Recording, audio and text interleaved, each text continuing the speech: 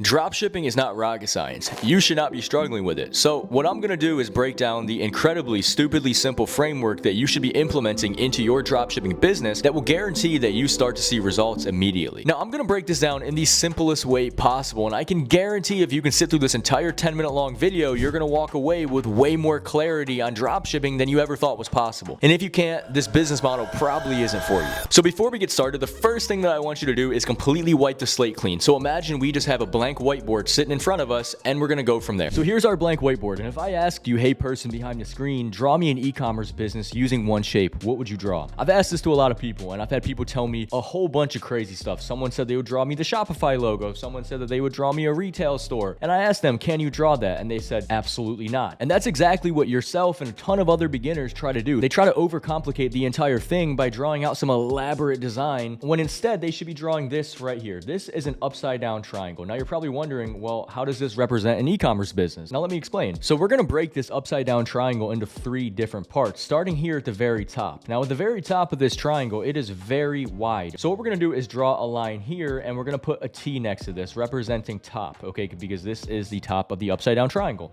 Then we're going to draw another line right where it's a bit more narrow, and we're going to label this M for middle. And then we're left with one last piece, which is the bottom. And at the bottom, it is very narrow. So now we have 3 different parts. We have top, middle, and bottom. So if we take a little bit more time to look at this upside down triangle, it starts to look more and more like a funnel. Coming over here to the left where we have T, M, and B, what we're going to do is label these. So top is going to be TOF for top of the funnel. Middle is going to be middle of funnel, MOF, and bottom is going to be BOF for bottom of the funnel. Now, to make this even simpler to understand, top of the funnel is for cold traffic. All right, so let's just put a C right there. Middle of the funnel is typically people that are a little bit more warm. And then bottom of the funnel is for people that are hot. So let me further elaborate on what I mean by cold, warm, and hot. So cold traffic is people that have literally never heard of your product before. They have never seen your product. They have no exposure to your brand. They have no idea who you are until they come across an ad. Warm is people who have seen your product, have seen your brand, have seen your ads before, and maybe have not purchased yet. And hot is people that have purchased from you before, and they're most likely going to buy from you again because they like the products that you offer and they like the value that you give them from your product. So let me make an even simpler analogy in case you're not following along with cold, warm, and hot. So cold traffic is like this. You've never seen any of my YouTube videos before, and we see each other on the street. Nod, what's good, bro? How you doing? Now, if you've seen my videos and you subscribe to my YouTube channel, it's almost like we see each other on the street now, and it's like a nod, dap up, yo, bro, how you doing? Now, hot traffic would be like this. You're subscribed to my YouTube channel. You see my videos all the time. You're inside of my private coaching community, which is linked down in the description of this video, by the way, and we see each other on the street. It's that dap up with that hug. What's good, bro? What are you working on, man? Like, how things going? So trust is established the further down the funnel. So just look at it like that. Now, what you have to realize about this funnel is every single business in the world, not just e-commerce businesses, but every business is built off of this funnel right here. Top of the funnel, middle of the funnel, and bottom of the funnel. Cold, warm, and hot.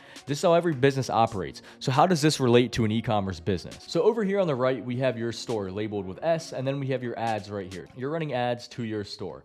These ads are getting shown to these people right here. And let's say these people right here decide to buy, all right? These people are now in the top of your funnel. They purchased from your store. They still don't know whether or not they like your product or your brand yet, but they purchased. So they made it to the top of your funnel. And we'll come back to these people over here in a minute. Now I'm gonna show you where a lot of people mess up on this and where you might be struggling here. You have ads going out and you're getting sales every single day. You're hitting these people right here and they are converting. But one thing you're probably not doing is trying to maximize your AOV for top of the funnel traffic. So you're leaving a lot of money on the table, and this also is going to hinder your ability to scale your ads, all right? So look, you have ads going, you're getting people to convert, and let's say your conversion rate is anywhere from like 1 to 2%, which is about average. Now, if you put that into perspective, that means 98% of the customers that are coming to your store are bouncing off your website, assuming you have a 2% conversion rate. So that's where these people come in right here. These are the people that have came to your website and then they bounced off. These people aren't gone forever. These people are also warm traffic. They've been exposed to your ads before. They've probably seen your ads a few times now. They just haven't bought. So you need to be focused on converting the 98% of people that bounce off your website through retargeting, through email, if you have their email. Because you're spending money every single day on ads. And again, 98% of the people that come to your website are leaving. You have a lot more people that have seen your ads, came to your website, and then bounced off than you do have people that have came to your website and bought. So you need to be doing everything everything in your power to retarget these people or send these people emails if you have their email to be able to convert them as paying customers into your funnel. And that's one thing that a lot of people just aren't doing and they're completely neglecting. But let's shift gears and focus on the people that have bought, that have made it into the top of your funnel. A minute ago, I said you need to be focusing on your average order value, especially when trying to convert people top of the funnel. This is probably why most people that are comfortable dropshipping and that can run ads every single day and get sales are not happy with their margins. This is probably why the public thinks that dropshipping isn't a long-term sustainable model, is because they're not focusing on the one thing that matters, average order value. You need to get this up. You need to double the average order value you have now. And you can do this through various ways, whether that's bundling on your product page, adding a bump on your product page, in your slide cart, cross-selling, shipping incentives, bump on the slide cart, pre-purchase upsell, post-purchase upsell sequence, upsell 1, upsell 2, downsell,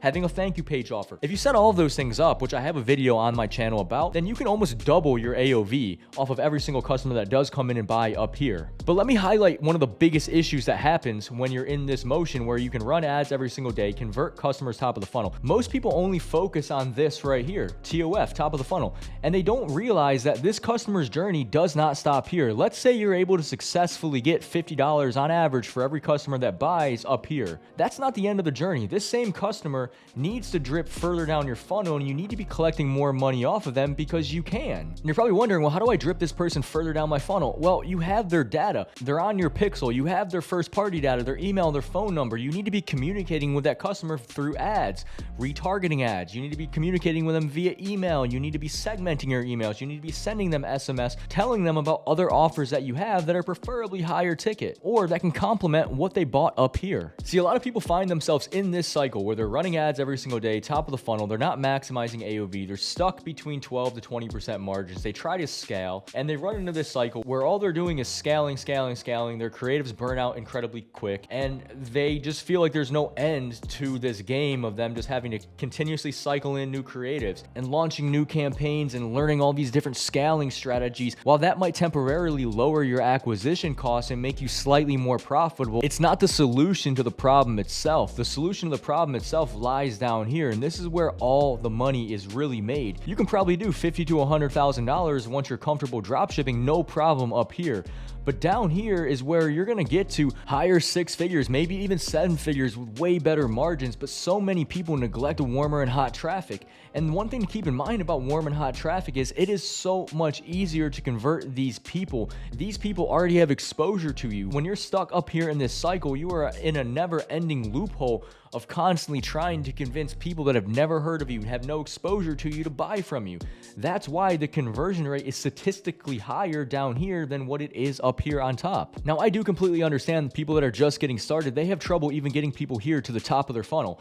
But that is one thing that always is going to boil down to your product and your offer. There's really not much that goes into it. So what you need to do if you're just getting started is, number one, focus on finding products that people actually want to buy. Don't test products just to test. Make sure that the products that you're testing, there's real validity behind them. People actually want to buy them. Number two is focus on creating offers that make people actually want to buy the product that you're selling. Number three is make a website that does not look sketchy. You know, one of the things that I tell all my students is go look at these $1 million brands out there. They've spent thousands and thousands of dollars to optimize their landing pages, and that's exactly what you should be replicating. You don't need to pay tons of money to get a professional store built. You can simply just go section by section and reverse engineer these multi-million-dollar stores and then build it out to the best of your ability. And in most cases, as long as your color scheme is congruent and you're highlighting the product itself and focusing on the offer and the value that the product's going to give, and you show a little bit of testimonials, the landing page is fine. Then you got to focus on learning how to make decent ads. And truthfully, what makes a good ad is you're highlighting the product, you're showing the offer, you're talking about the product, and then you're showing some type of trust factor in there. And if you can nail down everything in this box right here, then when you launch ads, you should have no problem getting people to your site and converting. And that means they made it to the top of the funnel. And then that's when you start focusing on all of this. Now, I get it might be overwhelming, especially if you've never started before, looking at this entire diagram that I drew out thinking like, I can't do that.